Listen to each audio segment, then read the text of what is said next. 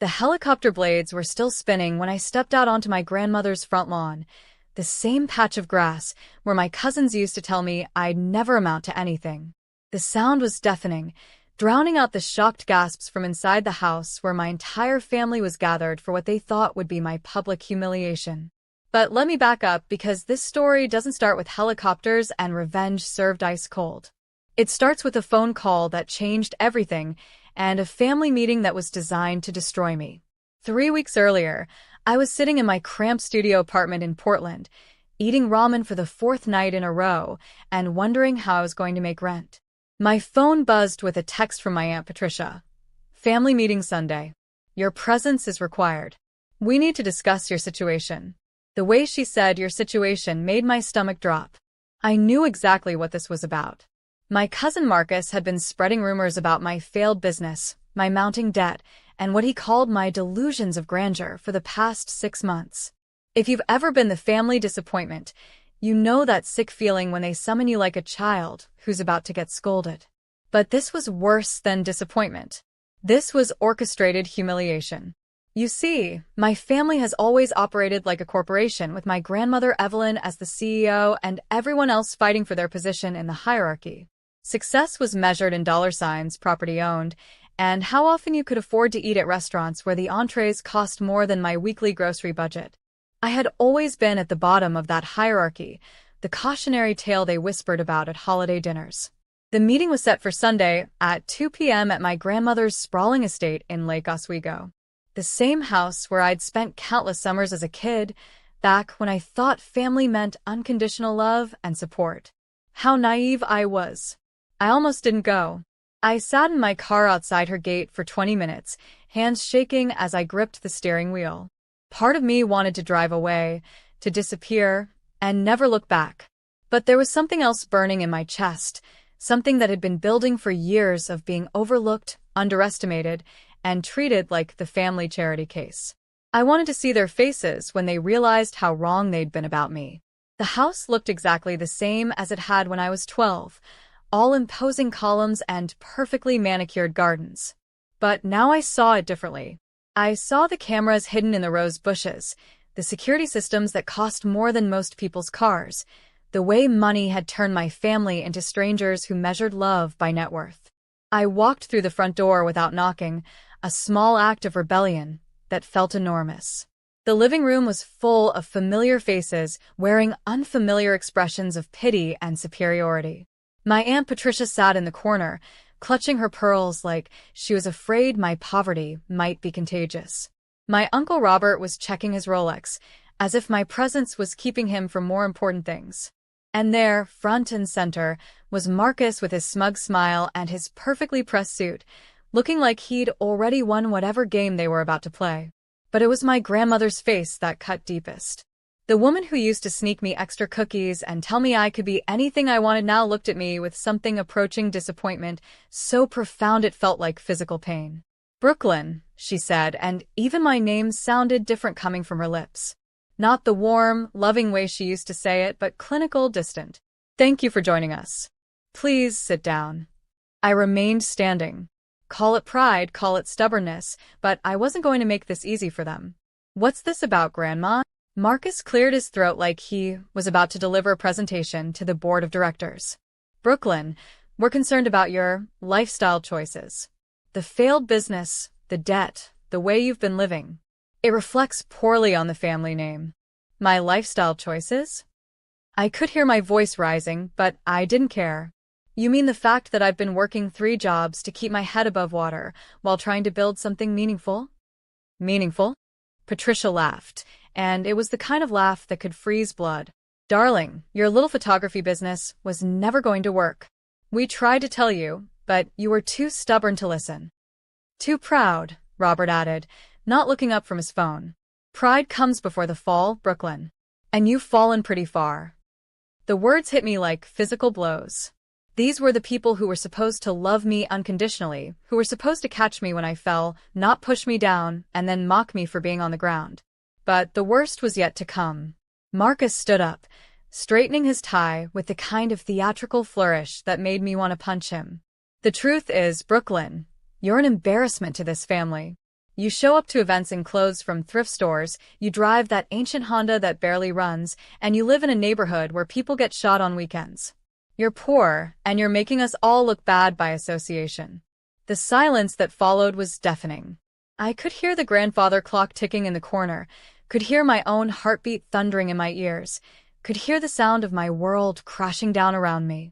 Poor. The word echoed in my head like a curse. Not struggling.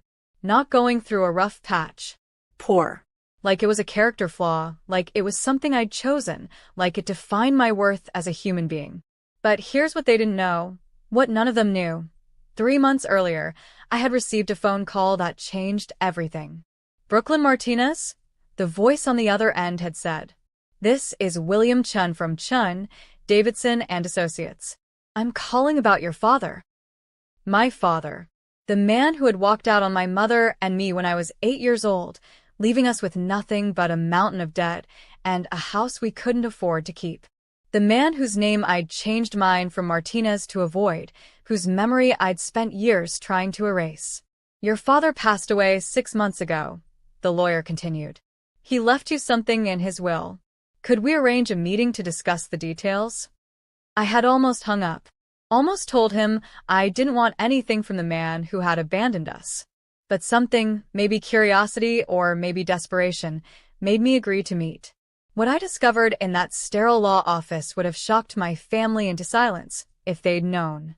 My father, the deadbeat who couldn't pay child support, had built an empire. Tech investments that had paid off beyond anyone's wildest dreams. Real estate holdings across 3 states. A portfolio that made my grandmother's wealth look like pocket change. And he'd left it all to me. But there was a catch, of course. There always is. The inheritance came with conditions, restrictions that meant I couldn't access the full amount until I proved I was worthy of it. I had to demonstrate financial responsibility, had to show that I wouldn't squander what he'd built. The lawyer explained it as a series of tests, challenges designed to prove my character. For 3 months, I had been living a double life. By day, I was still the struggling photographer eating ramen and worrying about rent. By night, I was learning about stock portfolios and offshore accounts, working with financial advisors and lawyers to navigate the complex web of my inheritance. The first test had been simple: survive on my current income for 3 months without touching any of the inheritance money. Prove that I could handle hardship without breaking. Check. The second test was more complex.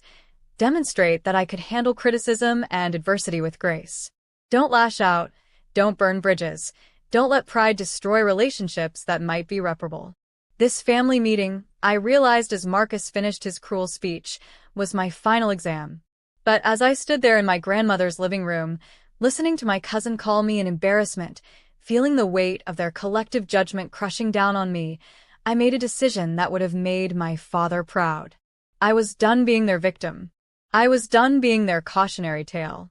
I was done being poor. You know what, Marcus? I said, my voice steady despite the fire burning in my chest. You're absolutely right. I am poor. I've been poor my whole life, and it's shaped every decision I've ever made. But there's one thing you forgot to consider. I pulled out my phone, scrolled to a contact I'd never thought I'd use, and hit call. Yes, this is Brooklyn Martinez. I'm ready for the pickup. The confusion on their faces was almost comical. Marcus looked like he'd been slapped, his mouth hanging open in a way that was decidedly not dignified. What pickup? Patricia demanded. Oh, you'll see, I said, walking toward the window that faced the front lawn. In fact, you might want to look outside in about 15 minutes. Trust me, you won't want to miss this. And that's when I saw it in the distance, a black speck against the gray Oregon sky, growing larger by the second. The sound started as a whisper, then grew to a rumble, then to a roar that shook the windows of my grandmother's perfect house. My helicopter was coming. But before we get to that moment, the moment that would change everything between my family and me forever, I need to tell you about the 3 months that led up to it. The 3 months of living in secret, of learning who my father really was, and of discovering that sometimes the greatest revenge is simply proving everyone wrong. Because this story isn't really about money. It's about power. It's about respect. It's about the moment when the family disappointment becomes the person everyone wishes they'd been nicer to. And if you've ever been underestimated by the people who are supposed to love you most, if you've ever been called poor like it was a disease, if you've ever dreamed of the day when you could prove them all wrong, then you need to hear what happened next. The lawyer's office smelled like leather and old money, the kind of place where fortunes were built and destroyed with the signing of documents. I sat across from William Chen, still wearing the same thrift store jeans and faded sweater I'd worn to my waitressing job that morning, feeling completely out of place among the mahogany and marble. "Miss Martinez," he said, sliding a manila folder across the polished table. "Your father was a complicated man." I almost laughed. Complicated was one word for it. Absent was another. Worthless was the word my mother had used most often. "He knew he'd made mistakes," Chin continued, his voice careful and measured.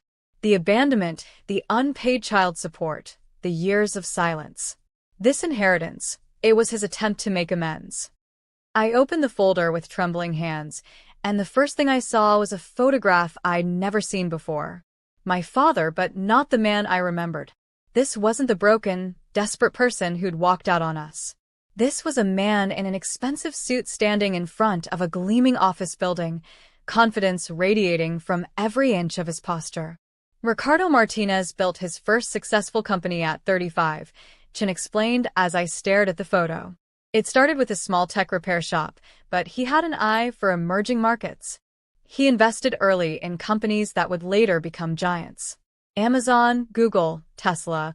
He saw their potential before anyone else." The numbers in the documents made my head spin. Assets worth more than $50 million. Properties in California, Nevada, and Oregon. Investment portfolios that generated more money in a month than I'd made in my entire life. "But here's where it gets interesting," Chin said, leaning forward. "Your father didn't want to simply leave you a fortune. He wanted to ensure you were worthy of it." There was that word again. Worthy. As if my worth as a human being could be measured by my ability to handle money I'd never asked for. "The inheritance is structured as a series of tests," Chin continued. "You must complete each phase successfully before gaining access to the next level of assets. Phase 1 releases enough money to cover your basic living expenses, rent, food, transportation. Phase 2 provides access to investment accounts that could set you up for life. Phase 3. He paused, a small smile playing at the corners of his mouth. "Phase 3 makes you one of the wealthiest women in Oregon." "What kind of tests?" I asked, my voice barely above a whisper. "Character tests. Your father believed that money without character was worthless. So he designed challenges to prove that you possess integrity, resilience, and wisdom. The first test is simple. Survive on your current income for 3 months without accessing any inheritance funds.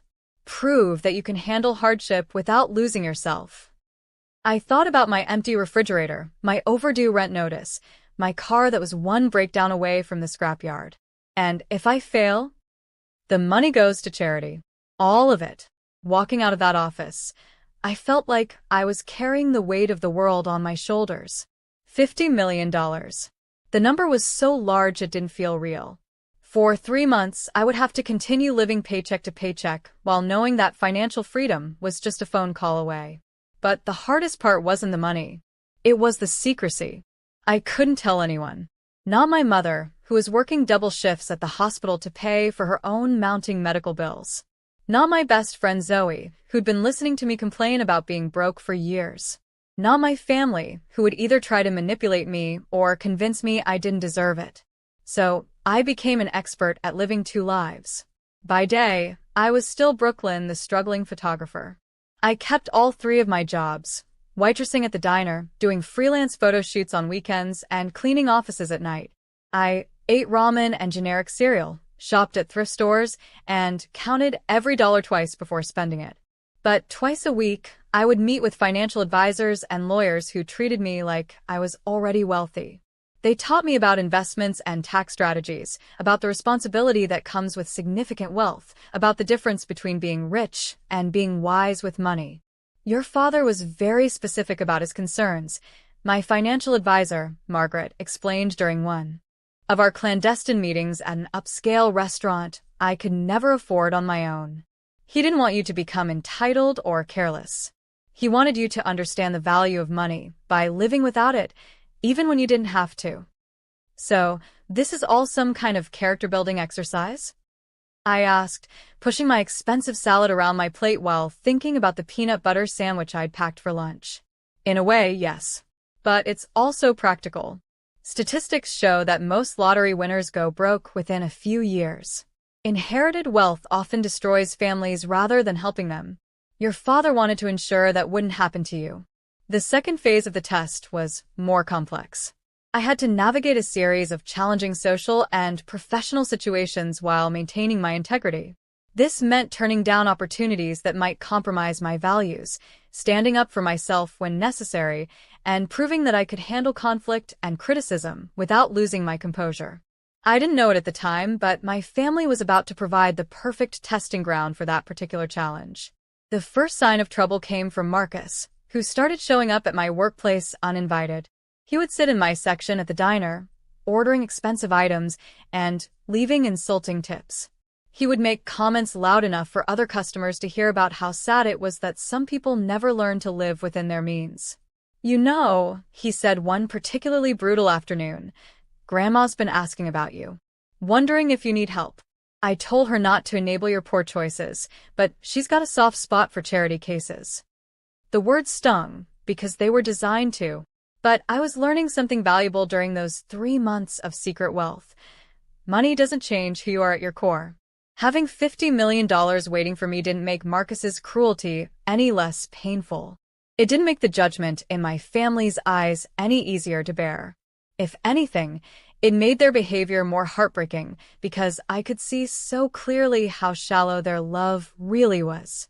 But I was also learning about power, not the kind that comes from money, but the kind that comes from knowing yourself. Every day that I chose to continue living modestly despite having access to incredible wealth was a day that I proved something to myself. I wasn't the entitled, irresponsible person my family believed me to be. I was someone who could delay gratification, who could endure hardship with dignity, who could be trusted with something precious. The most difficult moment came 6 weeks into the test. My mother ended up in the emergency room with chest pains that turned out to be a minor heart episode brought on by stress and exhaustion. The medical bills were astronomical, and I sat in that sterile waiting room knowing I could pay them with a single phone call. But the terms of the inheritance were clear. Using any of the money before completing all 3 phases would result in forfeiture of the entire fortune.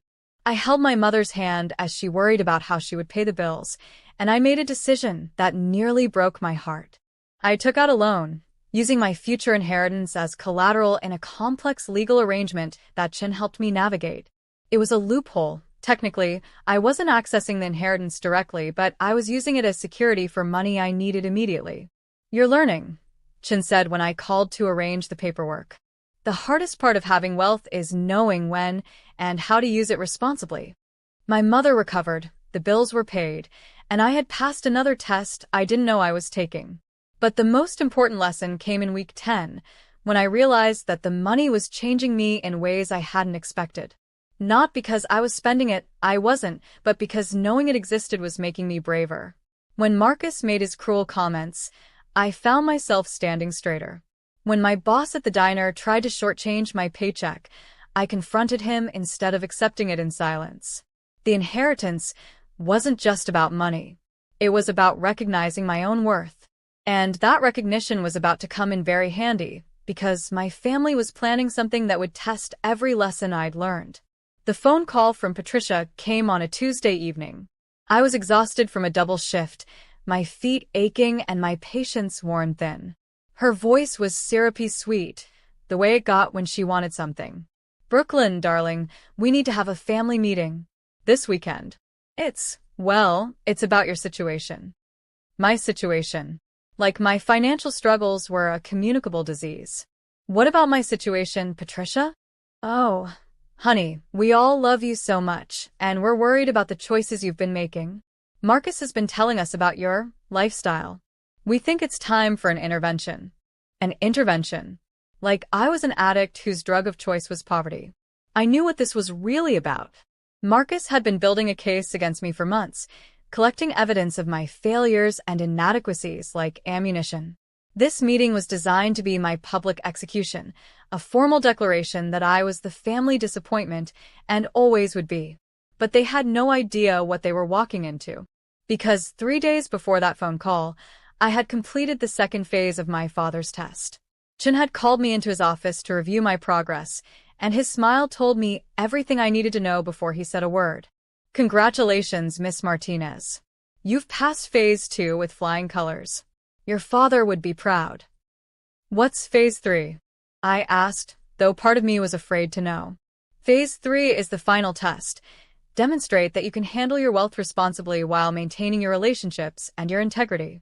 Use your resources wisely to solve problems and improve lives, but don't let the money corrupt you or turn you into someone you're not. And if I pass, then everything becomes yours. No restrictions, no limitations. $53 million and the freedom to use it however you see fit. He slid another document across the table. But Miss Martinez, Phase 3 begins the moment you have full access to the money. Your father's final test isn't about what you do before you're wealthy. It's about what kind of person you become after you have everything you've ever wanted. The meeting at my grandmother's house was scheduled for Sunday at 2 p.m. On Friday, I made a call that would change everything. Chen, Davidson and Associates. This is William Chen. Mr. Chen, it's Brooklyn Martinez. I'm ready to begin Phase 3. Are you certain? Once we initiate the final phase, there's no going back. You'll have access to everything, but you'll also be fully responsible for proving you deserve it.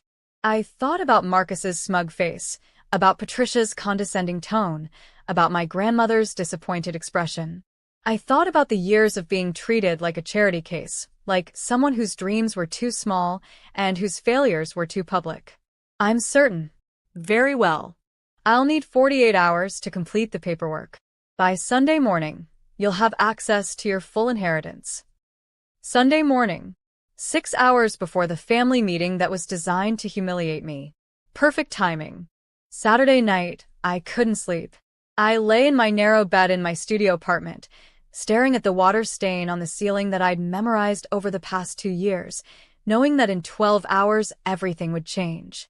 By Sunday morning, I would wake up as one of the wealthiest people in Oregon.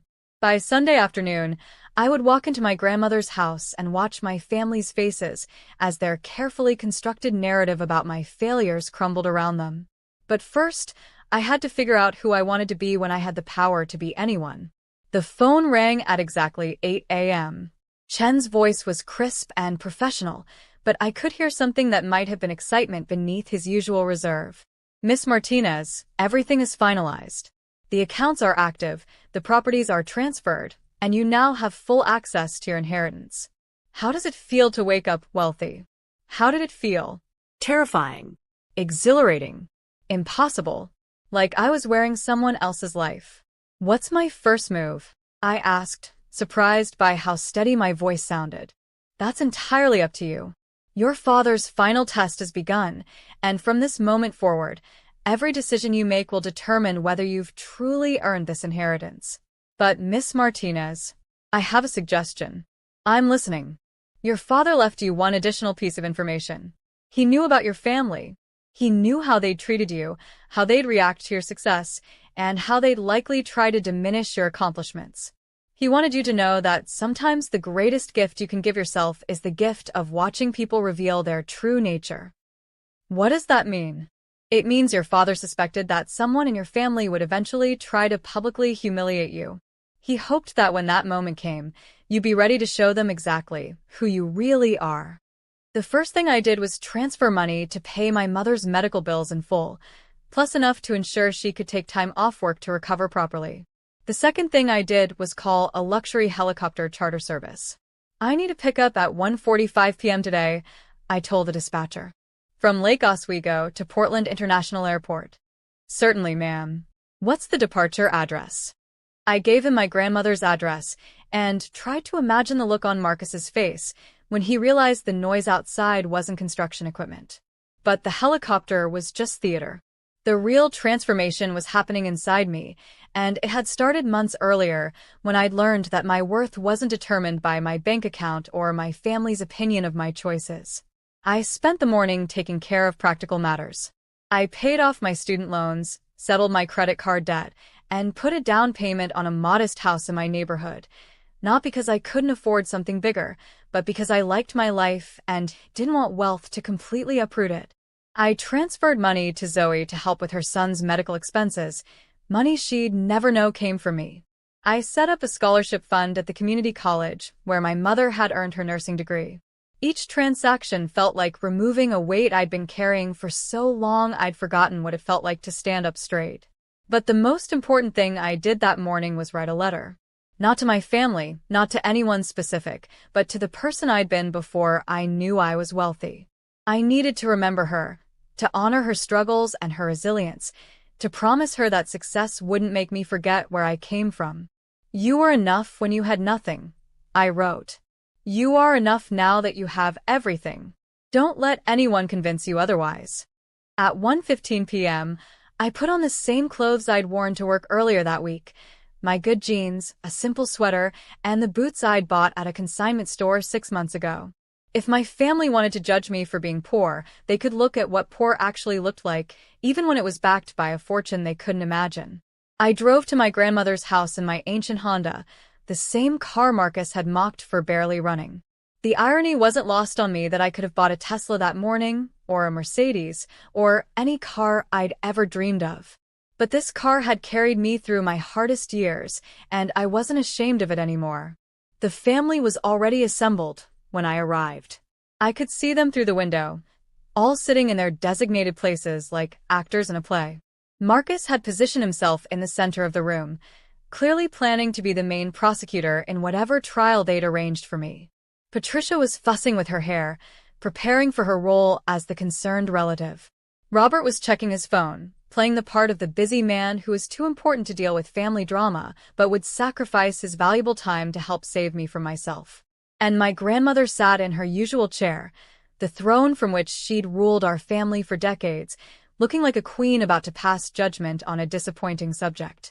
I walked through the front door without knocking, just like I had as a child, and their conversation stopped mid-sentence. "Brooklyn," my grandmother said, and there was that tone again, disappointed, resigned, like my presence was confirmation of everything they believed about me. "Hello, Grandma." "Everyone." I looked around the room, meeting each of their eyes in turn. They looked so certain, so confident in their righteousness, so completely unprepared for what was about to happen. Marcus stood up, straightening his expensive tie with theatrical precision. He'd clearly rehearsed this moment, probably in front of a mirror, practicing the speech that was supposed to put me in my place once and for all. "Brooklyn, we're here today because we love you, but we're concerned about your choices and what they say about our family. The way you've been living, the poverty, the failed business, the complete lack of responsibility, it reflects poorly on all of us." I nodded thoughtfully, as if considering his words. "I see. And what would you like me to do about it?" "We want you to accept reality," Patricia chimed in. "Accept that some people are meant for success and others aren't. There's no shame in recognizing your limitations." "We've talked to Grandma," Robert added without looking up from his phone. "We think it would be best for everyone if you moved somewhere else. Started fresh. Maybe found a nice blue-collar job that suits your skill set." The room fell silent except for the ticking of that grandfather clock and the sound of my heart beating steadily in my chest. This was it, the moment my father had prepared me for, the moment when I would either crumble under their judgment or show them exactly who I really was. "You think I should leave Portland?" I asked quietly. "It's not about what we think," Marcus said, and his voice carried that smug satisfaction of someone who believed he'd already won. "It's about what's best for the family.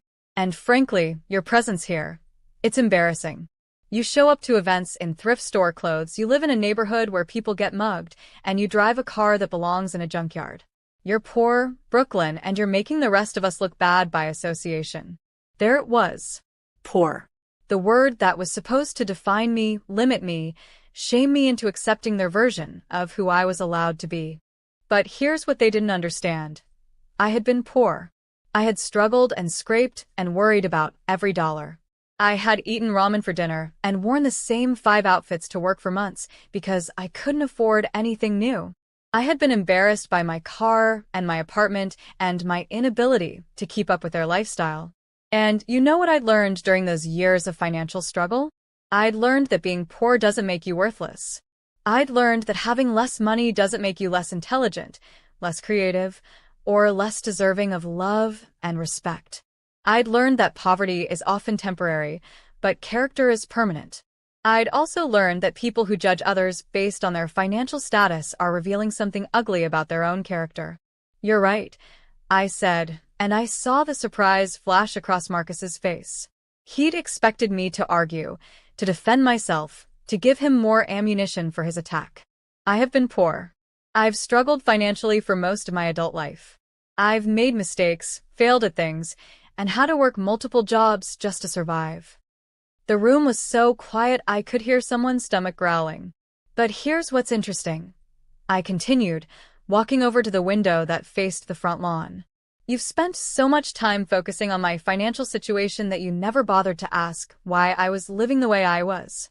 You assumed it was because I was lazy, or stupid, or just naturally inferior to all of you. I could see it now, a black, in the distance growing larger against the gray sky. Right on time. The truth is, I've been living modestly because I was learning something. I was learning about the difference between having money and deserving it. I was learning about character, about resilience, about what really matters in life. The dough was getting bigger, and I could hear the first faint whisper of rotor blades cutting through the air. I was also learning about family, I continued, turning back to face them. About the difference between people who love you unconditionally and people who love you only when it's convenient for them. Marcus was starting to look uncomfortable. What are you talking about, Brooklyn? What's that noise? The whisper had become a hum, and the hum was becoming a roar. That noise, I said, checking my phone as if I was surprised by the time, is my ride. And that's when the helicopter appeared over the tree line, black and sleek and impossible to ignore, heading straight for my grandmother's front lawn with the kind of precision that only comes from very expensive aviation services.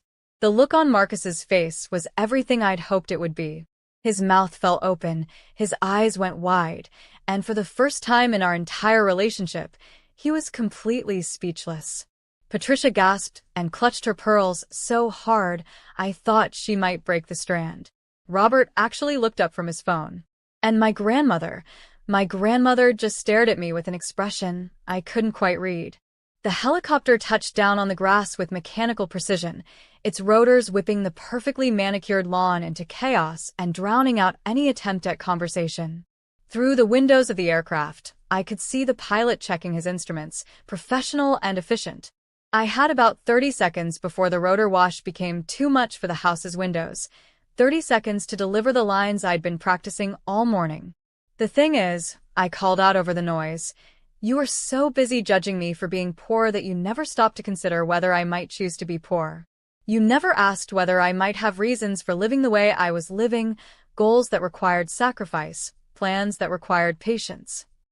I started walking toward the door, each step feeling like the end of one life and the beginning of another. You called me an embarrassment to the family, I said, pausing in the doorway. But the only thing I'm embarrassed about is how long it took me to realize that a family that judges your worth by your bank account isn't much of a family at all. The helicopter was getting louder, and I had to shout to be heard. Goodbye, everyone. Thanks for the intervention. It was exactly what I needed. And then I walked out onto the lawn, my head held high, my ancient boots crunching through the grass toward a helicopter that cost more per hour than most people made in a month, leaving behind a room full of people who were just beginning to understand that everything they thought they knew about me was wrong. The helicopter's interior was all leather and mahogany, the kind of luxury I'd only seen in movies. As we lifted off from my grandmother's lawn, I looked down at the house where I'd spent so many childhood summers, where I'd learned to swim in the pool and picked berries in the garden and believed that family meant unconditional love. From this height, it looked smaller than I remembered, less imposing. Just a house full of people who had confused wealth with worth. But the real satisfaction came from looking at the windows, where I could see the silhouettes of my family members pressed against the glass, staring up at me with expressions of shock and bewilderment. Marcus was still standing in the living room exactly where I'd left him, mouth agape, looking like someone had just explained quantum physics to him in a language he didn't speak. "Where to, Miss Martinez?" the pilot asked through the intercom. "Portland International Airport," I replied, though honestly, I could have asked him to fly anywhere. For the first time in my life, the world was completely open to me, and the freedom was almost overwhelming. As we flew over the Columbia River, I pulled out my phone and found 17 missed calls and 43 text messages, all from family members who had suddenly remembered how much they loved me. Marcus. Brooklyn, what the hell is going on? Call me back now. Patricia. Darling, we need to talk. This is all very confusing. Robert. Impressive helicopter. We should discuss your investment strategies. But it was the message from my grandmother that made me pause. Brooklyn, I think we need to have a different conversation. Come back when you're ready. The thing about dramatic exits is that they're incredibly satisfying in the moment, but they leave you with a lot of time to think about what comes next. As Portland spread out below us, I realized that revenge, even perfectly executed revenge, is just the appetizer. The real meal is figuring out what to do with your life after you've proven everyone wrong. The pilot was professional enough not to ask questions, but I could see him glancing at me in the rearview mirror, probably wondering what kind of story he'd stumbled into. A young woman in thrift store clothes chartering a helicopter for what appeared to be the world's most expensive dramatic exit? I'm sure he'd seen stranger things, but probably not many. Actually, I said into the intercom, change of plans. Take me to downtown Portland. The Pearl District. I had been thinking about this moment for 3 months, but I'd never actually planned what would come after the helicopter. The inheritance wasn't just about money, it was about choice. For the first time in my adult life, I could do anything, go anywhere, become anyone. The question was, who did I want to be? We landed on the rooftop helipad of one of Portland's most expensive hotels, the kind of place I'd walked past 1,000 times, but never imagined entering. The doorman didn't bat an eye when I emerged from the helicopter in my old jeans and boots. Apparently, when you arrive by private aircraft, people assume you belong there regardless of what you're wearing. The concierge was equally unflappable. Welcome to the Nines, Miss Martinez. How may we assist you today? I need the presidential suite for tonight, I said. And I need to make some phone calls. The suite was larger than my apartment, with floor-to-ceiling windows that offered a panoramic view of the city I'd called home for my entire life. But seeing it from this height, from this perspective, it looked different. Not smaller, like my grandmother's house had, but full of possibility I'd never noticed before. I stood at those windows for a long time, watching the people on the streets below going about their lives, and I thought about the conversation I'd had with Chin 3 days earlier. Your father's greatest regret, he'd told me, wasn't leaving you and your mother. It was that he never found a way to come back. He was ashamed of what he'd done, ashamed of the man he'd been, and he convinced himself that you were better off without him. By the time he realized he was wrong, too much time had passed. The inheritance was his way of trying to give you the choices he never had. Now I understood what he meant. Money doesn't solve problems. It gives you the power to solve them yourself. It doesn't make you a better person. It reveals who you were all along. And it doesn't automatically heal relationships, but it can give you the freedom to decide which relationships are worth healing. The first call I made was to my mother. Brooklyn. Her voice was tired but warm. How was the family meeting? Interesting, I said. Mom, are you sitting down? Why? What happened? Did they say something awful to you? I told you that you didn't have to go to that meeting, honey. Your family can be so cruel sometimes. This was the conversation I'd been dreading and anticipating in equal measure. How do you tell your mother, who has worked double shifts for 20 years to keep a roof over your heads, that her ex-husband left you a fortune? How do you explain that you've been secretly wealthy for months while watching her struggle to pay medical bills? Mom, I need to tell you something about my father. The silence that followed was heavy with years of pain and resentment. Brooklyn, you know I don't like to talk about Ricardo. I know, but this is important. He died 6 months ago. Another silence, and then, oh, just that. Oh. Like she was processing the death of a stranger rather than the man she'd once loved enough to marry. He left me something, Mom. He left me everything. It took me 45 minutes to explain the inheritance, the tests, the secrecy, the helicopter. By the end, my mother was crying. Not tears of joy, but tears of confusion and anger, and something that might have been grief for the years we'd spent struggling when we didn't have to. "Why didn't you tell me?" she asked. "Because I needed to know who I was when I didn't have the money. I needed to prove to myself that I could handle hardship with dignity before I could handle wealth responsibly." "And can you handle it responsibly?" I looked out at the city below, at the life I'd built through my own choices and struggles, at the person I'd become through years of being underestimated and overlooked. "I think so, Mom, but I'm going to need your help." The second call I made was to Zoe, who screamed so loudly when I told her about the helicopter that I had to hold the phone away from my ear. "You're telling me that while I've been listening to you complain about eating ramen for dinner, you've been secretly rich?" "Not rich," I corrected. "Being tested to see if I deserve to be rich. There's a difference." "Brooklyn, this is insane. This is like a movie. A really weird movie where the poor girl turns out to be the secret heiress." "I know it's crazy. But Zoe, nothing has changed about who I am. I'm still the same person who was your friend when I had nothing." "I know that, dummy. I'm proud of you. For not telling anyone, for passing whatever weird tests your dad set up, for handling this whole thing with class. And also, I can't wait to see Marcus's face when he realizes you could probably buy and sell him 12 times over." That was Zoe, always cutting straight to the heart of what mattered. The third call was the hardest one to make, but also the most necessary. "Brooklyn." My grandmother's voice was different than it had been that afternoon. Softer. Uncertain. "Hi, Grandma. Where are you, dear?" Downtown. "Thinking." About what? I took a deep breath. About forgiveness. About second chances. About whether it's possible to have a relationship with people who only respect you when you have something they want. The silence stretched between us like a chasm. "Brooklyn, I owe you an apology." "You owe me several, actually." "Yes," she said quietly. "I do. We all do. When you left today, when that helicopter came..." Marcus turned white as a sheet and Patricia started crying. Robert couldn't stop asking where you got the money to charter aircraft. And I realized something that should have been obvious years ago. "What's that?" "We never actually asked you about your life.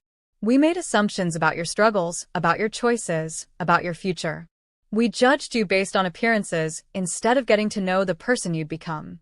And that's not love, Brooklyn. That's something much smaller and uglier." It was the closest thing to an admission of guilt I'd ever heard from her. "Why now, Grandma? Why are you apologizing now?" "Because seeing you walk away today, with such dignity, such confidence, I realized that we'd been wrong about everything. You weren't the family failure. You were the person who had strength we didn't recognize, character we couldn't see, and a future we were too narrow-minded to imagine." I felt something shift in my chest, some knot of pain I'd been carrying for years starting to loosen. "I'm not ready to come back yet," I said. "I need time to figure out who I am now and what kind of relationship I want with the family." "I understand. But Brooklyn..." "Yes, I'm proud of you. Not because of the money, I don't even understand how you have money, but because of the person you are. The person you've always been, that we were too blind to see." After I hung up, I ordered room service, not because I was hungry, but because I could. I ordered things I'd never been able to afford, wine that cost more than my monthly grocery budget, food that I'd only read about in magazines. And when it arrived, perfectly presented on silver trays with white linen napkins, I took one bite and started laughing. It was good, don't get me wrong. It was probably the best meal I'd ever tasted. But it was still just food. It didn't taste like vindication or validation or victory. It tasted like expensive ingredients prepared by skilled chefs, nothing more and nothing less. That's when I understood something my father had probably hoped I would learn. Wealth doesn't change the fundamental experiences of being human. Food still tastes like food. Sleep still feels like sleep. Loneliness still feels like loneliness, and love still feels like love.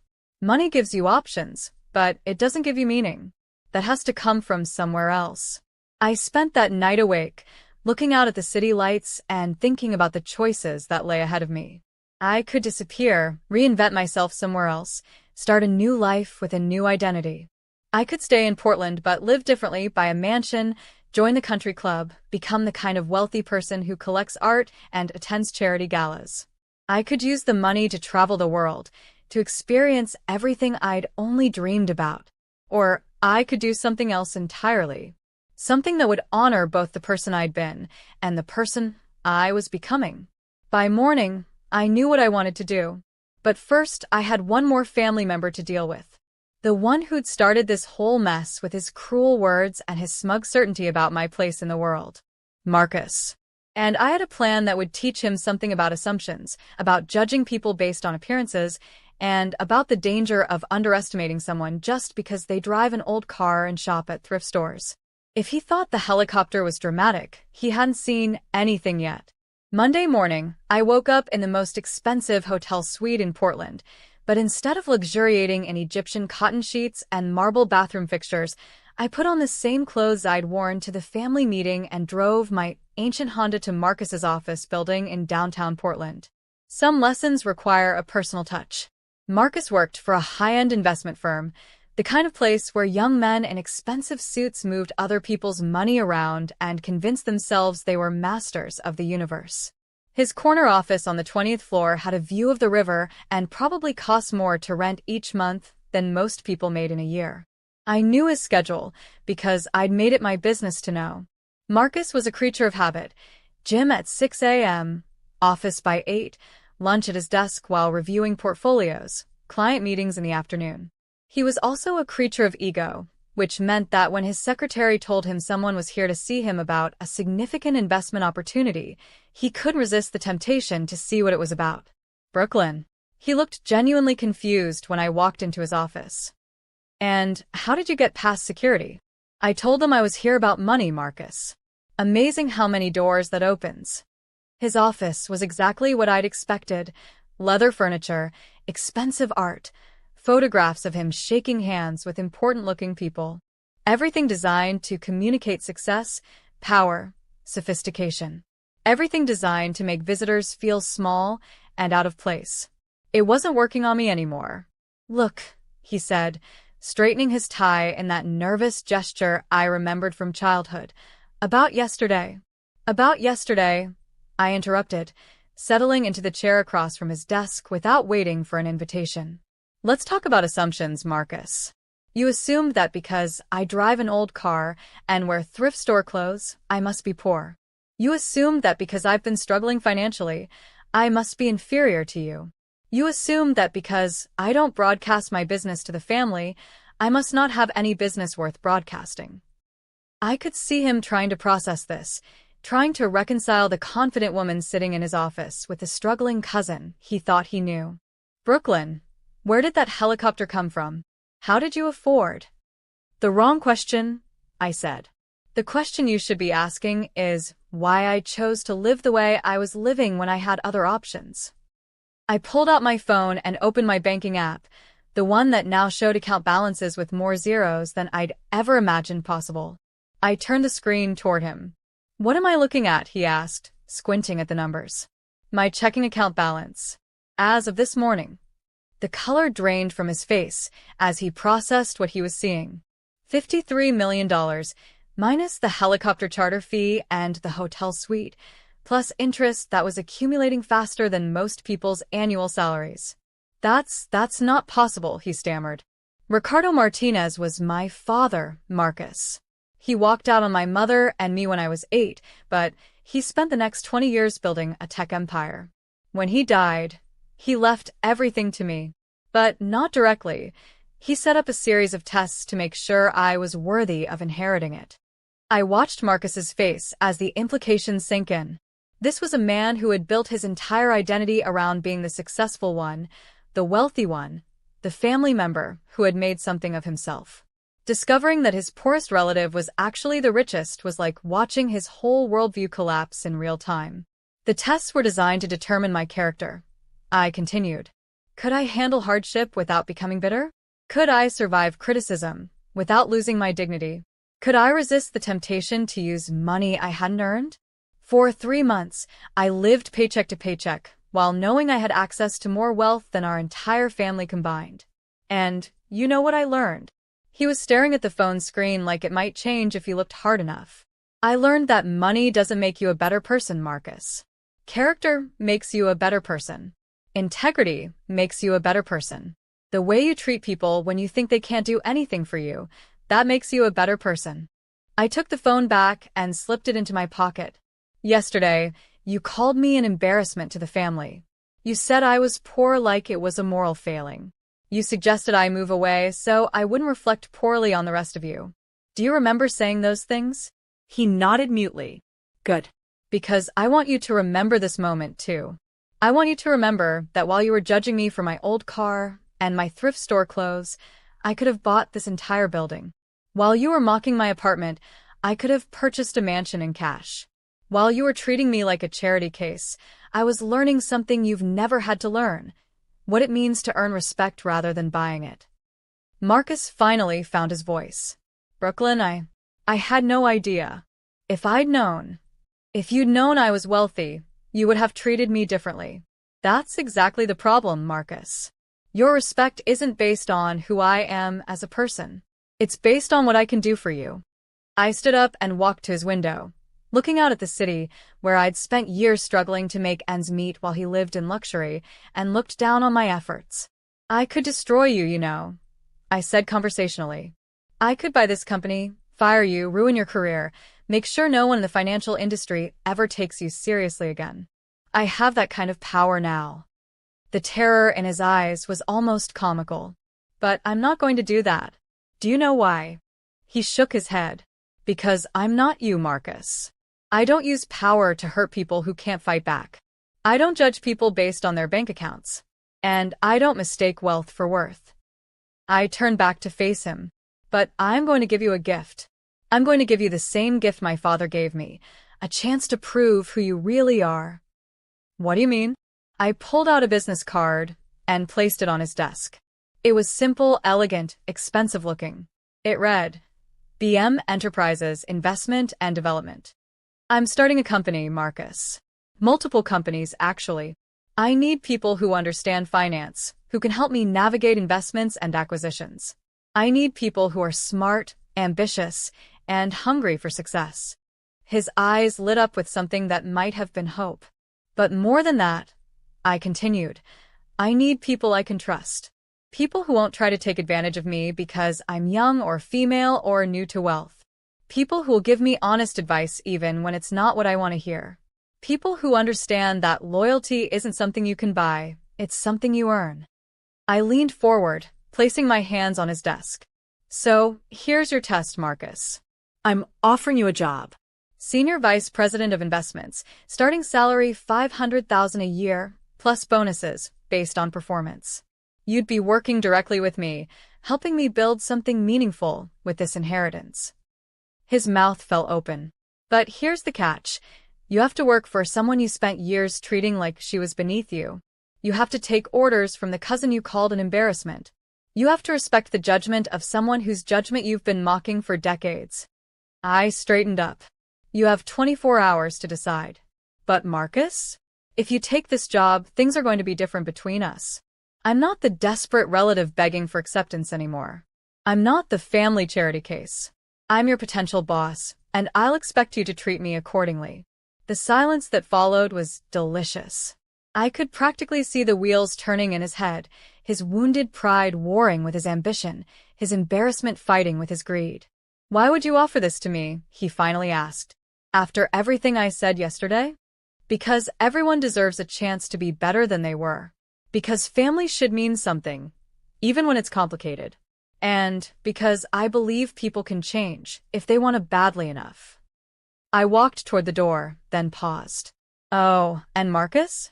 If you take the job, The first thing you're going to do is apologize to everyone else you've been cruel to over the years. The secretary you've been rude to, the cleaning staff you ignore, the junior associates you've been bullying. Part of working for me means understanding that how you treat people when you think no one is watching says everything about your character. I left him sitting there, staring at the business card like it was a puzzle he couldn't solve. The truth was, I wasn't sure if Marcus would take the job or not.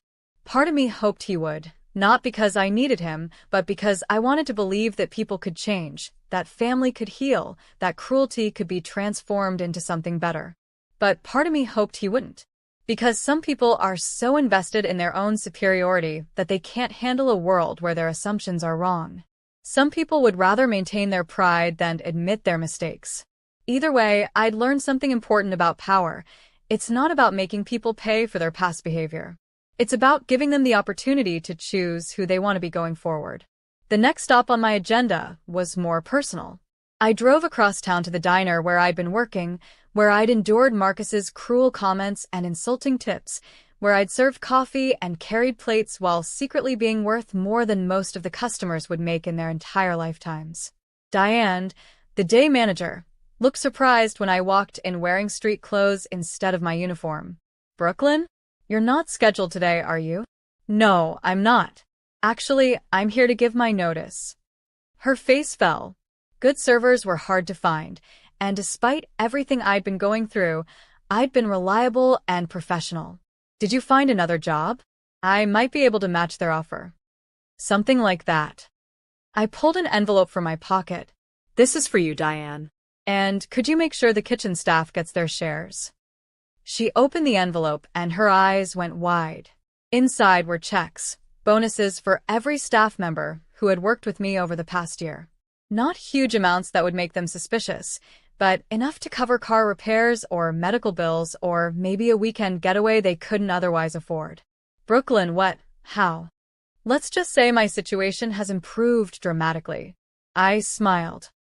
But I wanted to make sure I took care of the people who were good to me when things were hard. As I drove away from the diner, I thought about the ripple effects of sudden wealth. It wasn't just about me. It was about everyone whose life I could touch, everyone whose burden I could lighten, everyone who deserved a break, but never got one. My phone buzzed with a text from an unknown number. "This is Marcus. I'll take the job. When do I start?" I smiled and typed back. "Tomorrow, 8 a.m. sharp." And Marcus? Where something humble, the education of Marcus, was just beginning. Tuesday morning, I stood in the empty office space I'd leased overnight in one of Portland's most prestigious business towers, looking out at the city that had shaped me and wondering what I was about to build. The space was raw, unfinished, just like the vision I had for what BM Enterprises could become. Marcus arrived at exactly 8 a.m., wearing a suit that cost more than some people's cars, but somehow managing to look uncertain and vulnerable in it. The cocky confidence he'd worn like armor for decades had been replaced by something I'd never seen on him before: humility. "Brooklyn," he said, and for the first time in our entire relationship, he looked directly at me when he spoke instead of looking through me or past me. "I owe you an apology. Not just for Sunday, but for years of being an ass." "Yes, you do," I agreed. "But apologies are just words, Marcus. I'm more interested in actions." I led him through the empty office space, pointing out where different departments would go, explaining my vision for what this company could become. Not just another investment firm or development company, but something that could actually make a difference in people's lives. "I want to focus on projects that matter," I explained as we stood in what would eventually be the conference room. "Affordable housing developments that don't look like institutions. Small business loans for people the banks won't touch. Investment in clean energy projects that can actually turn a profit. I want to prove that making money and making a difference aren't mutually exclusive." Marcus was taking notes, and I could see him starting to understand the scope of what I was planning. "The inheritance isn't just about me being rich," I continued. "It's about having the resources to solve problems that matter. Your job is to help me figure out how to do that without going broke in the process." "How much capital are we talking about for the initial phase?" he asked. "10 million to start. More if the projects prove viable." I watched him process that number. $10 million was more than his entire firm managed for some of their biggest clients. Brooklyn, I have to ask, why me? You could hire anyone. People with decades more experience, better connections, proven track records. Because you understand the city, Marcus. You grew up here, you know the players, you understand the politics. And because I paused, looking at him carefully. Because I believe that people who have been humbled make better partners than people who've never failed at anything. The first few weeks were harder than I'd expected. Learning to be wealthy is like learning a new language. There are customs and expectations and ways of speaking that feel foreign when you're used to counting every dollar. Marcus helped with that, teaching me about investment strategies and tax implications and the delicate art of making deals without appearing desperate or naive. But the real education came from watching how differently people treated me once word got out about my financial situation. Suddenly, I was getting invitations to charity galas and country club events. Real estate agents were calling with listings for properties I'd never expressed interest in.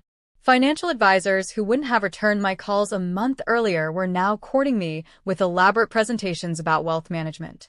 The most difficult part was dealing with my family's evolving reactions.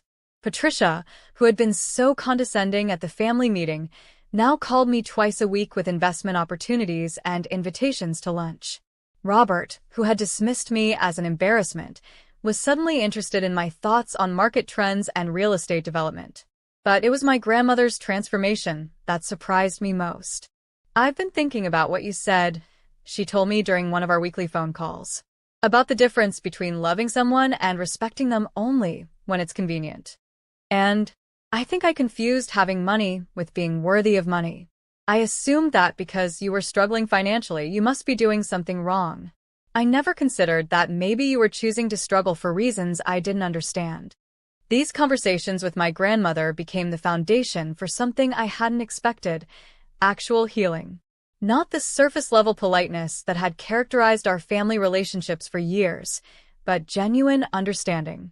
I want to know about your father, she said one afternoon as we sat in her garden, the same garden where I'd played as a child. Not the man who left, but the man who built something significant enough to leave you this inheritance. So I told her about Ricardo Martinez, about his journey from the broken man who'd abandoned us to the successful entrepreneur who'd spent 20 years building an empire. I told her about the tests he designed, about the lessons he'd tried to teach me from beyond the grave. He sounds like he was trying to give you something he never had, she said thoughtfully. What's that? The chance to earn something rather than just inheriting it. 6 months after the helicopter incident, BM Enterprises had grown from an empty office space to a team of 12 people working on projects that actually mattered. We provided funding for 3 affordable housing developments, helped launch a dozen small businesses in underserved communities, and invested in renewable energy projects that were already showing returns. But the project I was proudest of was the one that hit closest to home: a scholarship program for students from families like mine, kids whose parents worked multiple jobs and still struggled to make ends meet. The Martinez Foundation scholarships, Marcus suggested during one of our morning meetings. No, I said immediately. Not Martinez. He doesn't get credit for walking away from us. Call them the Portland Promise Scholarships. For kids who understand what it means to promise yourself a better future and then work toward it despite every obstacle. The first recipients were announced on a rainy Thursday morning in November. 25 students from across Portland, each receiving full tuition plus living expenses for 4 years of college. The ceremony was held at my old community college, the same place where my mother had earned her nursing degree while working nights to keep us fed. As I watched those kids and their families crying with relief and joy, I understood something about wealth that no financial advisor could have taught me. The real power of money isn't what you can buy for yourself. It's what you can make possible for others. Marcus had evolved too. The arrogant cousin who had called me an embarrassment was now someone I genuinely respected as both a colleague and, surprisingly, a friend. He'd kept his word about apologizing to the people he'd been cruel to, and I'd watched him struggle with the uncomfortable realization that his success had been built partly on making others feel small. I keep thinking about Sunday, he said one afternoon as we reviewed applications for our small business loan program. About the things I said to you. the assumptions I made. It's done, Marcus. We're different people now. Are we, though? Or were we always these people just trapped in roles that didn't fit? It was a deeper question than I'd expected from him, and it made me think about my own transformation. Was I fundamentally different now that I was wealthy, or had I simply been given the freedom to become who I'd always been underneath? The answer came to me that evening as I sat in my new house, not a mansion, but a comfortable place in the same neighborhood where I'd lived when I was broke. I'd chosen to stay close to my roots, close to the community that had shaped me, because wealth hadn't changed my values. It had just given me the power to act on them. I was still the same person who cared about fairness and justice and treating people with dignity.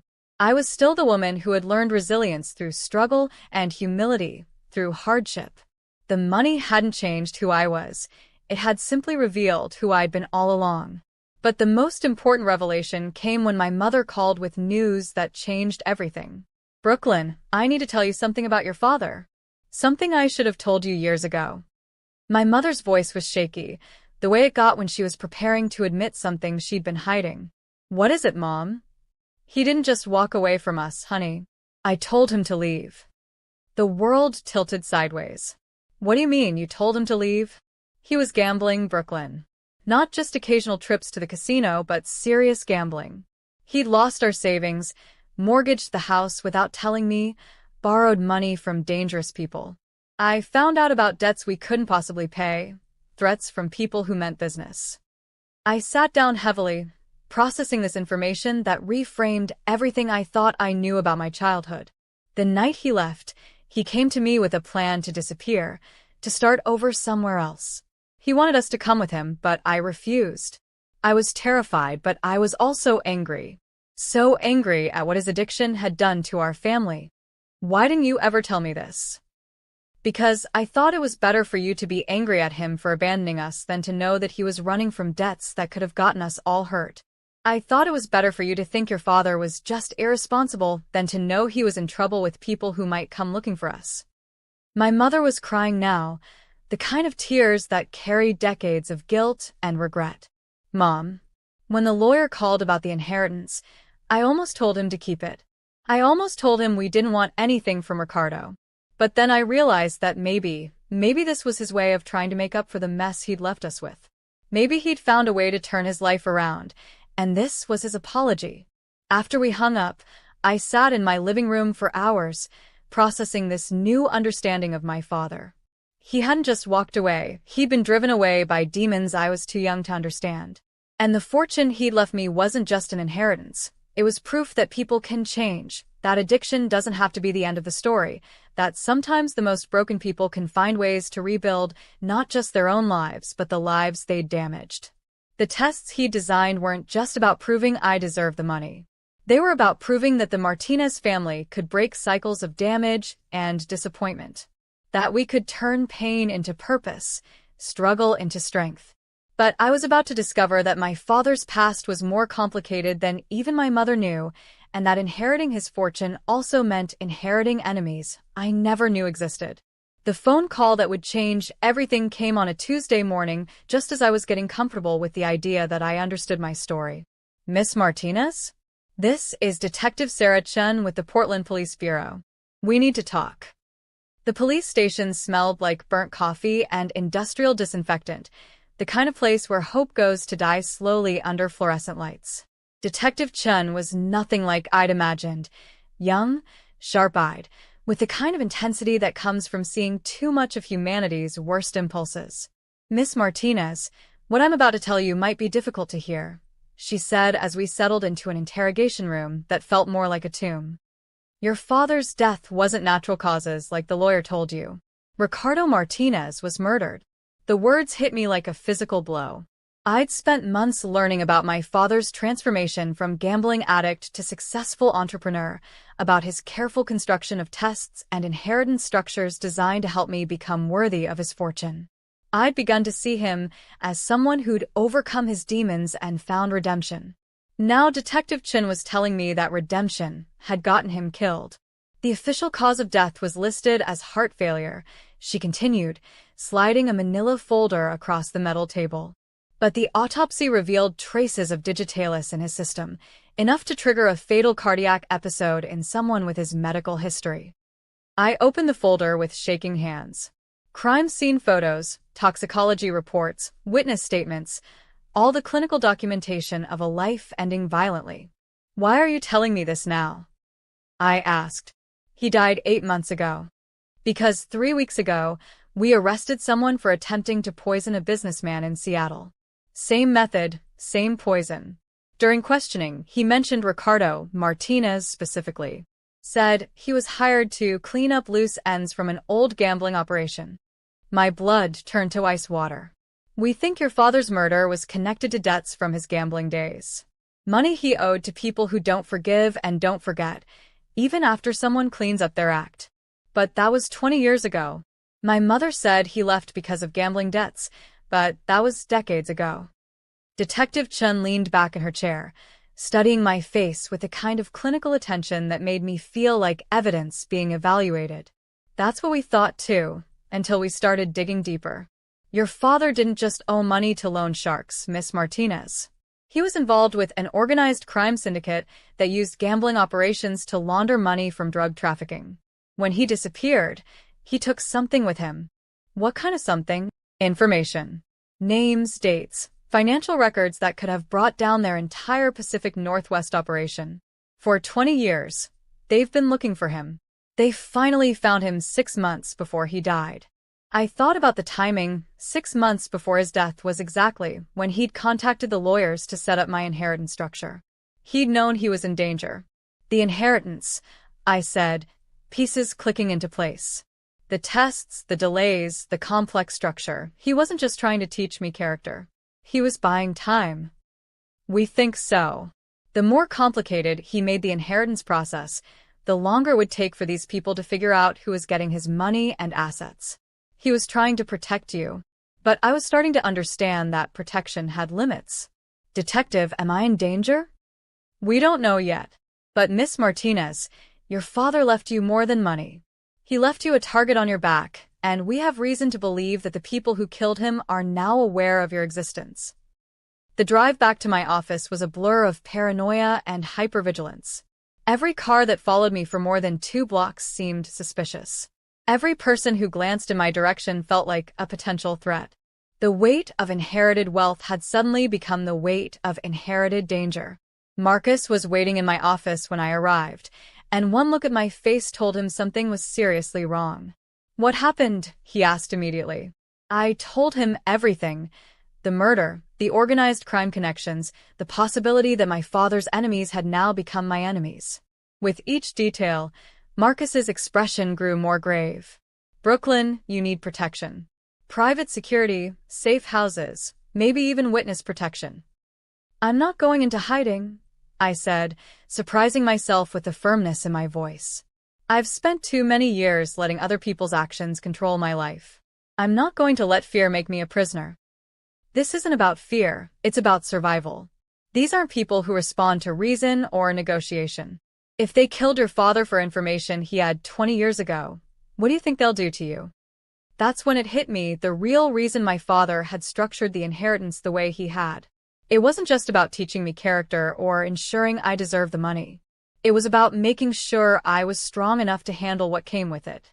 For 3 months, he tested my ability to endure hardship, to maintain integrity under pressure, to make difficult decisions with grace.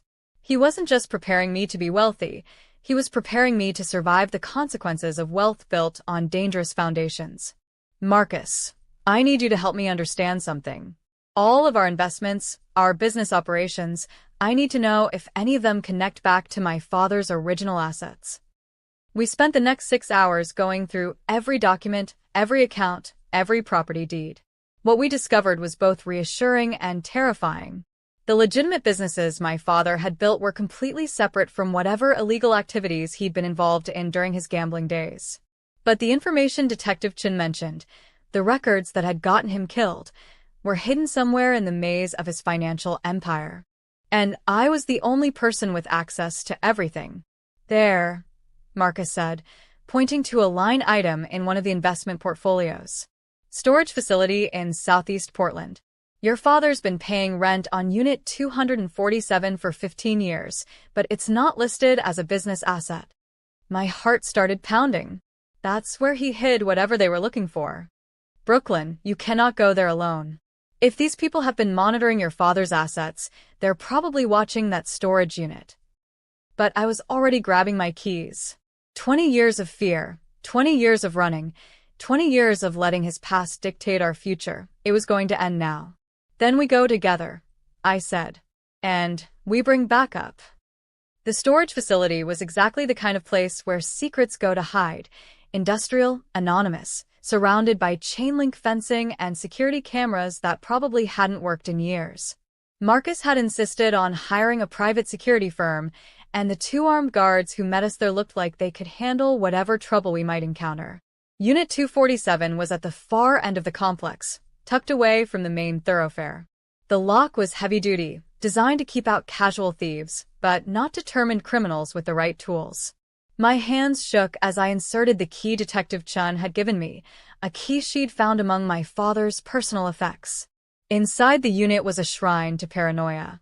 File cabinets lined the walls, each one filled with meticulously organized documentation of crimes I couldn't have imagined. Names, dates, financial transactions, photographs of people who looked like they'd stepped out of a crime thriller. 20 years' worth of insurance policies in case his past ever caught up with him. Jesus, Marcus whispered, flipping through a folder labeled Pacific Coast Distribution Network. Your father documented everything. Financial records, shipping manifests, personnel files. This is enough evidence to bring down dozens of people. No wonder they killed him, I said, feeling sick. And no wonder they want it back. That's when we heard the sound that made our blood freeze, car doors slamming in the parking area, followed by footsteps moving purposefully in our direction. Everyone out now, one of the security guards said, his hand moving to his weapon. Back exit quickly. But it was too late. 3 men in dark suits were already blocking the rear entrance, and I could see more approaching from the front. We were trapped in a storage unit full of evidence that could either save our lives or get us killed, depending on who we gave it to. Brooklyn Martinez, a voice called from outside the unit. Calm, professional, with the kind of accent that suggested expensive education and expensive taste in violence. My name is Vincent Torino. I believe you have something that belongs to my organization. I looked at Marcus, at the security guards, at the files that contained 20 years' worth of secrets. My father had died protecting this information, had structured my entire inheritance around keeping it safe until I was strong enough to handle it. Now I had a choice: give these people what they wanted and hope they'd leave me alone, or use what my father had left me to end this cycle of violence once and for all. Mr. Torino, I called back, surprised by how steady my voice sounded. I think we need to have a conversation. I'm glad you're being reasonable, Miss Martinez. Come out slowly, hands visible, and we can discuss this like civilized people. But I wasn't feeling particularly civilized. I was feeling like a woman who had inherited more than money. I had inherited a war that had been going on for 20 years. And unlike my father, I wasn't going to spend my life running from it. Actually, I said, pulling out my phone and dialing 911, I think the Portland Police Department needs to be part of this conversation. Detective Chun is very interested in meeting you, Mr. Torino. The silence that followed was pregnant with violence and possibility. Miss Martinez, Torino said, and his voice had lost all pretense of civility. I don't think you understand the situation you're in.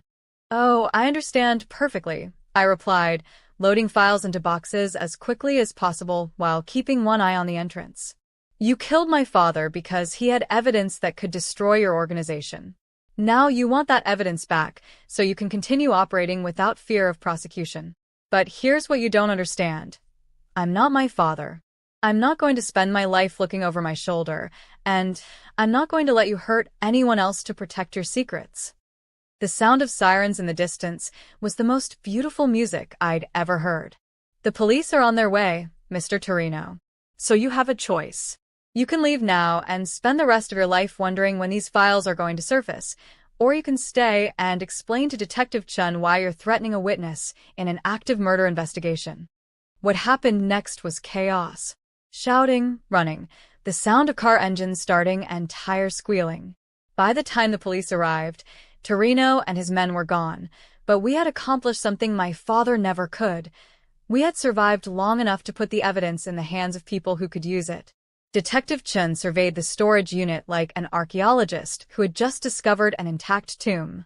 Miss Martinez, this is incredible. We're talking about prosecuting crimes that go back decades, shutting down operations that have been terrorizing communities for 20 years. Will it be enough to stop them from coming after me? With this evidence, they'll be too busy dealing with federal prosecution to worry about revenge. Your father didn't just document their crimes. He documented their entire organizational structure. This is going to bring down a criminal empire. As we loaded the boxes of evidence into police vehicles, I thought about my father's final gift. Not just money, not just business success, but the opportunity to end a cycle of violence that had defined his life and threatened to define mine. He had spent 20 years building legitimate businesses and accumulating wealth, but his real legacy was these files, proof that redemption isn't just about changing your own life. Sometimes it's about gathering the tools necessary to stop others from making the same mistakes you did. 6 months later, the trials were over, the convictions were secured, and Vincent Torino was beginning a life sentence in federal prison. The organization that had killed my father was dismantled, its assets seized, its members scattered to the winds. I was finally free to build the life my father had made possible, not just through his wealth, but through his courage to document the truth even when it put him in mortal danger. But the most important lesson I learned wasn't about courage or redemption or the power of evidence to bring justice. It was about the difference between inheriting someone else's problems and choosing to solve them. My father had left me more than money. He'd left me the opportunity to be braver than he'd been able to be, to finish what he'd started, to prove that sometimes the best way to honor someone's memory is to complete their unfinished business. And as I stood in my office, looking out at the city that had shaped me, I realized that I was finally ready for the real work of building something that mattered, not just businesses and investments, but a legacy that would outlast us all. The federal courthouse in downtown Portland was buzzing with reporters and federal agents on the morning Vincent Torino's trial concluded. 27 defendants, charges ranging from racketeering to murder, convictions that would reshape organized crime in the Pacific Northwest for decades. As I watched Torino being led away in handcuffs, I felt something I hadn't expected. Not satisfaction, but sadness for all the lives that had been destroyed by the choices these men made. Detective Chun found me on the courthouse steps, looking exhausted but victorious.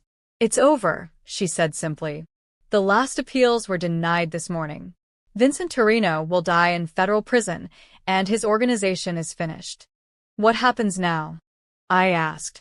"Now you get to live your life without looking over your shoulder. Your father's evidence didn't just put these people away, it broke their entire network. There's no one left to come after you. But freedom, I was learning, is more complicated than just the absence of external threats.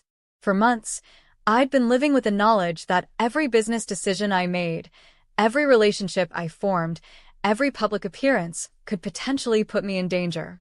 Now that the danger was gone, I had to figure out who I was when I wasn't defined by the need for survival. The answer came to me slowly, in pieces, as I threw myself into the work of building something meaningful with my inheritance. BM Enterprises had grown beyond anything I'd originally envisioned. We were funding affordable housing projects across 3 states, providing microloans to entrepreneurs who couldn't get traditional bank financing, and investing in clean energy projects that were actually profitable.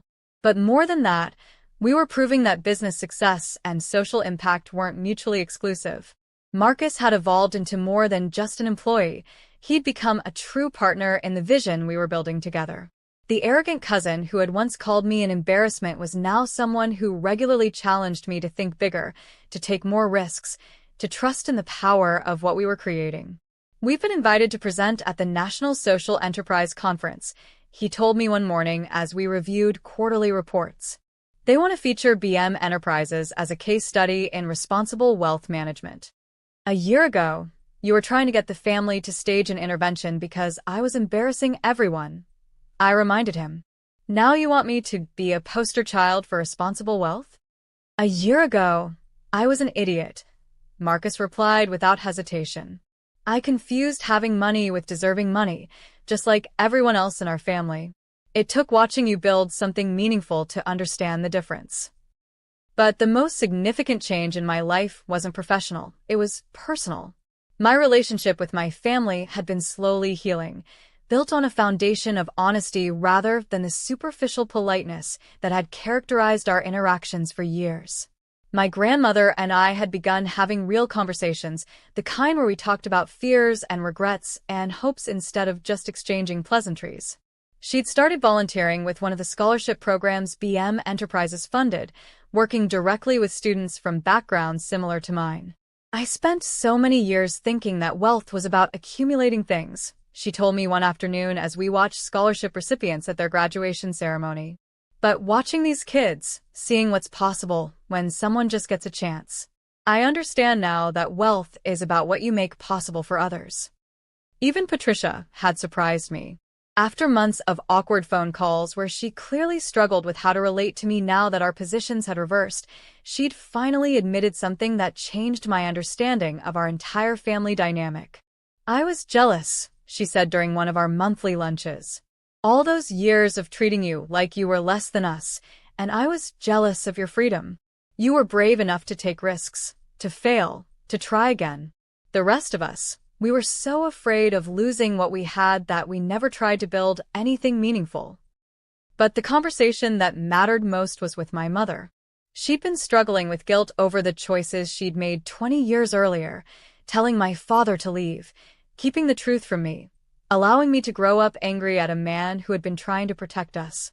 I robbed you of the chance to know your real father, she said one evening as we sat in her living room, looking through photo albums she'd kept hidden for 2 decades. Not the gambling addict who left us, but the man who spent 20 years building something he could leave to you. Mom, you made the best decision you could with the information you had. You were protecting me the only way you knew how. But look at what he became, Brooklyn. Look at what he built, what he made possible for you. Maybe if I'd been braver, if I'd tried to help him instead of pushing him away, then maybe you both would have been killed when I was 8 years old, I said firmly. Mom, his redemption doesn't erase the damage his addiction caused. You saved us from a dangerous situation. What he did after that, the businesses he built, the evidence he gathered, the inheritance he structured, that was his way of trying to earn forgiveness for the choices that drove you to make him leave. The truth was more complex than either complete condemnation or total forgiveness. My father had been both the gambling addict who had endangered his family and the successful businessman who had spent decades trying to make amends. The inheritance wasn't just about money. It was about his attempt to give me the tools to be better than he had been, to break cycles of damage and poor choices that had defined our family for generations. But perhaps the most important relationship I had to rebuild was with myself. For so long, I had defined myself by what I lacked: money, family support, social status, security. Learning to see myself as someone who possessed rather than someone who needed was an ongoing process. The moment I truly understood the change came during a conference where I was speaking about sustainable business practices. As I looked out at the audience, hundreds of business leaders, entrepreneurs, and social activists who were there to learn from what we'd built, I realized that somewhere along the way, I had stopped being the person things happened to and become the person who made things happen. The most important lesson I've learned, I told that audience, is that worthiness isn't something you inherit or achieve. It's something you choose every day through the decisions you make and the way you treat other people. My father left me a fortune, but more importantly, he left me the understanding that having resources is meaningless unless you use them to create opportunities for others. After the conference, a young woman approached me, probably about the same age I'd been when I was struggling to keep my photography business afloat, wearing clothes that had obviously been chosen for their durability rather than their style.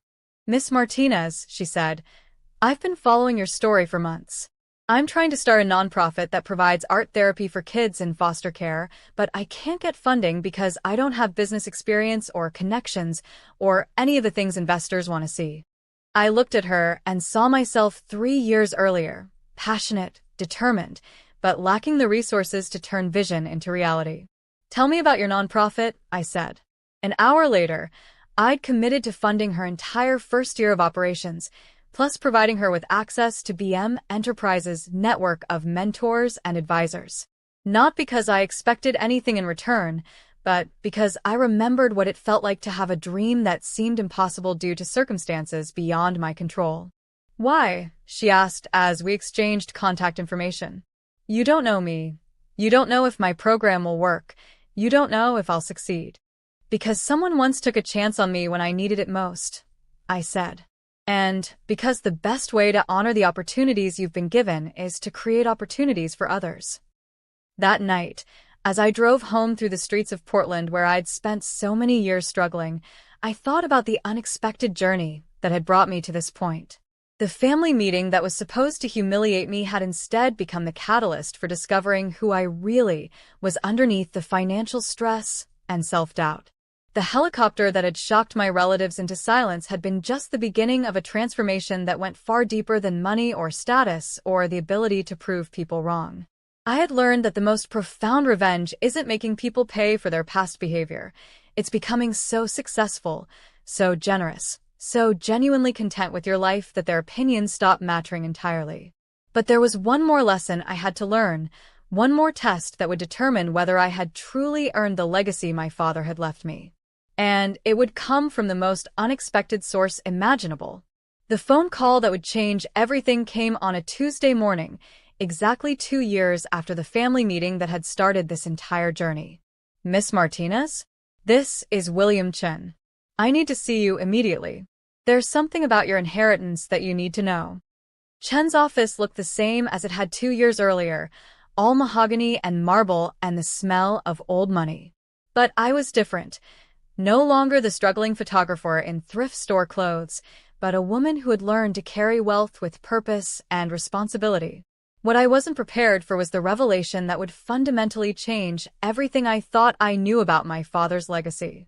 "Miss Martinez," Chen said, sliding another manila folder across his polished desk, "your father left you one final piece of information.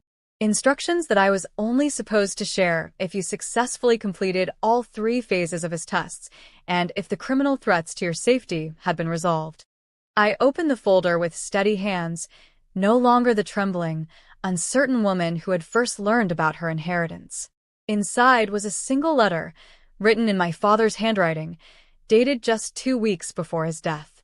"My dearest Brooklyn," it began, "if you are reading this letter, it means you have proven yourself worthy of not just my fortune, but the truth about why I really left you and your mother."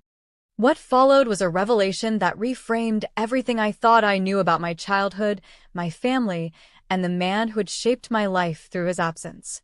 My father hadn't just been a gambling addict who had endangered his family through poor choices. He had been an undercover federal agent, working to infiltrate and document the very criminal organization that would eventually kill him. The gambling debts, the dangerous associates, the threats that had driven my mother to ask him to leave, all of it had been part of a deep cover operation that had lasted nearly 5 years. "I couldn't tell Maria the truth," the letter continued. "The deeper I went undercover, the more dangerous it became for both of you to be associated with me.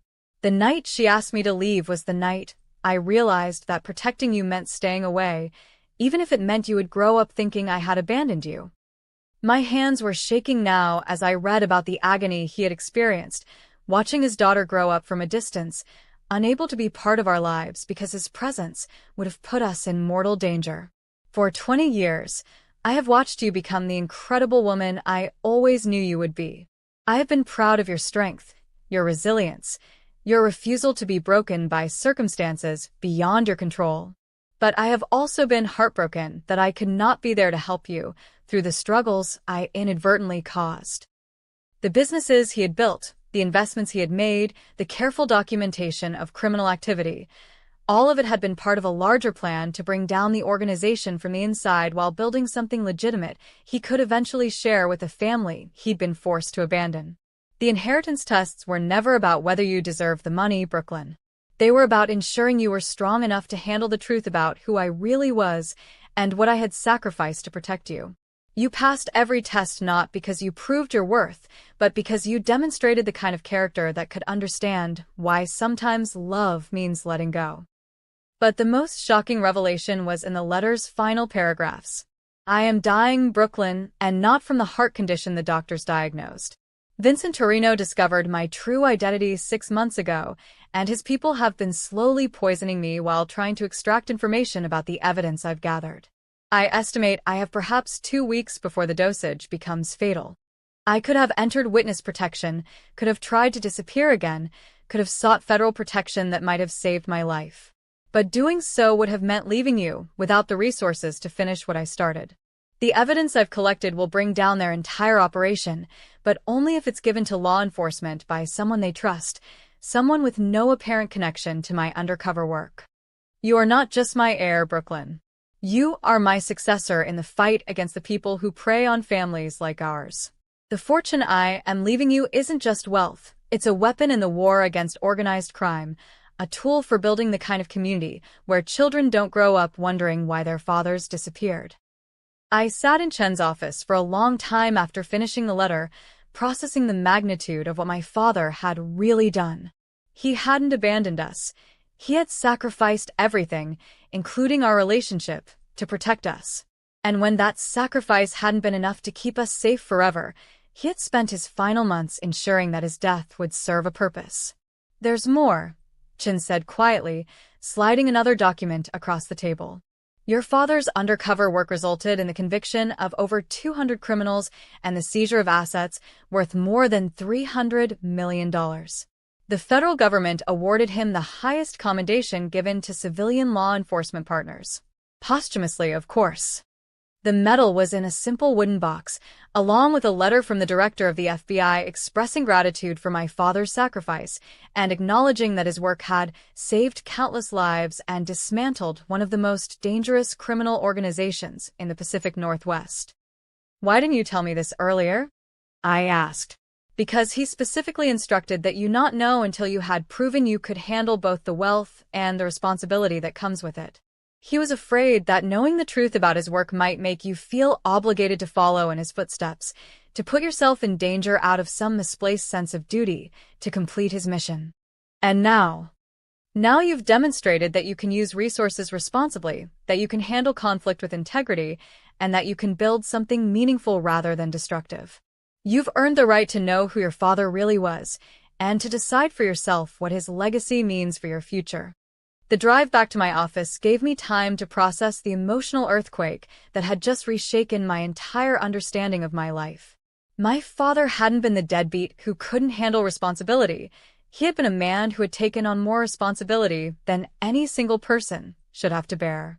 The years of anger I'd carried, the resentment that had shaped my relationships and my self-image, had been based on a lie he had told to protect me.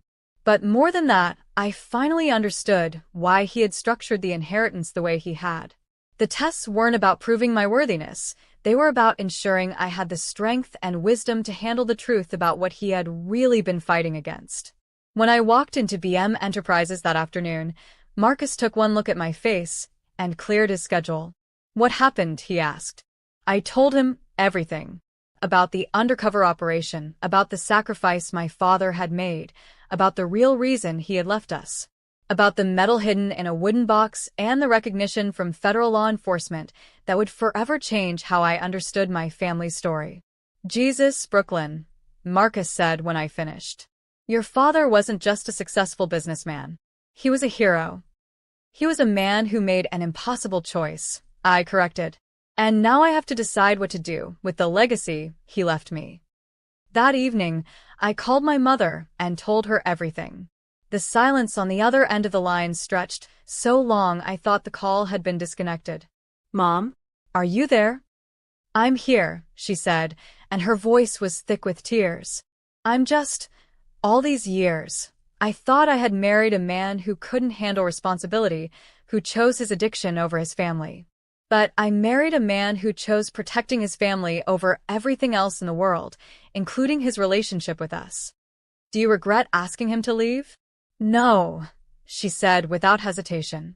Even knowing what I know now, I would make the same choice. He was right, Keeping him away kept us safe. But Brooklyn, I regret every harsh word I ever said about him in front of you. I regret letting you grow up angry at a man who deserved your admiration. Mom, you both did what you thought was best to protect me. And it worked. I grew up safe, I learned to be strong, and I inherited the tools to build something meaningful. Maybe that was always the plan. 2 years after walking out of my grandmother's house and into a helicopter that shocked my family into silence, I finally understood that the real transformation hadn't been about money or status or proving people wrong. It had been about learning that strength comes not from having all the answers, but from being willing to handle difficult truths with grace. My father had left me more than wealth. He had left me the understanding that sometimes the greatest love is the love that sacrifices everything, including recognition and understanding, to keep the people you care about safe. But most importantly, he had left me the choice of what to do with that knowledge. I could use the resources he'd provided to build a comfortable life, to enjoy the security and freedom that wealth makes possible. I could continue growing BM enterprises, funding scholarships and affordable housing and clean energy projects that make the world incrementally better. Or I could do something else entirely.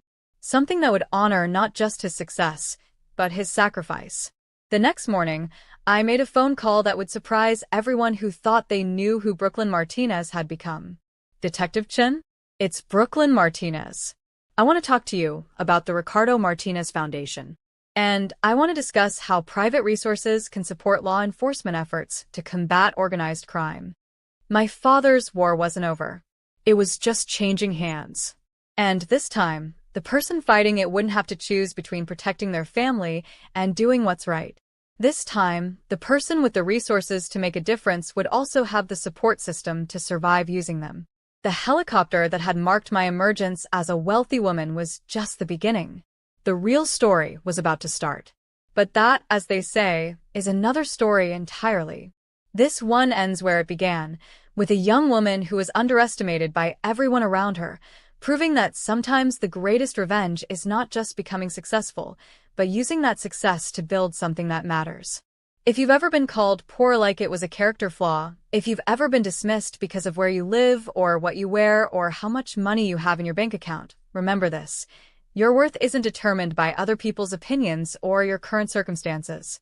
Your worth is determined by what you choose to do with whatever resources you have, whether that's $50 or $50 million. And sometimes, the best way to honor the people who believed in you when no one else would is to become someone who believes in others when they need it most. That's what true wealth looks like. Not a helicopter landing on your grandmother's lawn, but the knowledge that you have the power to lift others up instead of tearing them down. And that's a legacy worth inheriting. If this story resonated with you, if you've ever felt underestimated or dismissed because of your circumstances, I want you to know that your comeback story is waiting to be written. Hit that subscribe button if you believe that where you start doesn't determine where you finish, and drop a comment telling me about a time when someone underestimated you. Your story matters, and it might just inspire someone else who needs to hear that their current situation isn't their final destination.